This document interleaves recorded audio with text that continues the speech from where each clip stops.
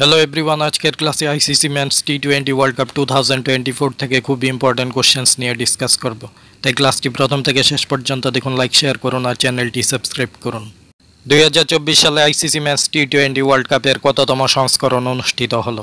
উত্তর, নবমতম সংস্করণ অনুষ্ঠিত হলো। 2024 সালে টি20 বিশ্বকাপ কোথায় আয়োজিত হয়েছিল? উত্তর, ইউএসএ ওয়েস্ট ইন্ডিজে আয়োজিত হয়েছিল। 2024 সালে টি20 বিশ্বকাপে কোন দেশ চ্যাম্পিয়ন হয়েছে? উত্তর, ভারত হয়েছে। ফাইনাল ম্যাচে দক্ষিণ আফ্রিকাকে 7 রানে পরাজিত করে চ্যাম্পিয়ন হয়েছে। 2024 সালের টি20 বিশ্বকাপের ফাইনাল ম্যাচটি কোন স্টেডিয়ামে খেলা হয়েছে? উত্তর, কেনসিংটন ওভাল বার্বাডোসে ফাইনাল ম্যাচটি খেলা হয়েছে। 2024 সালের টি20 বিশ্বকাপের ফাইনাল ম্যাচে ম্যান অব দ্য ম্যাচ পুরস্কারটি কে পেয়েছেন? উত্তর, Virat Kohli man of the match পুরস্কারটি পেয়েছেন। 2024 সালে টি20 বিশ্বকাপে ম্যান অব দ্য টুর্নামেন্ট পুরস্কারটি কে জিতেছেন? উত্তর, Jasprit Bumrah man of the tournament পুরস্কারটি জিতেছেন।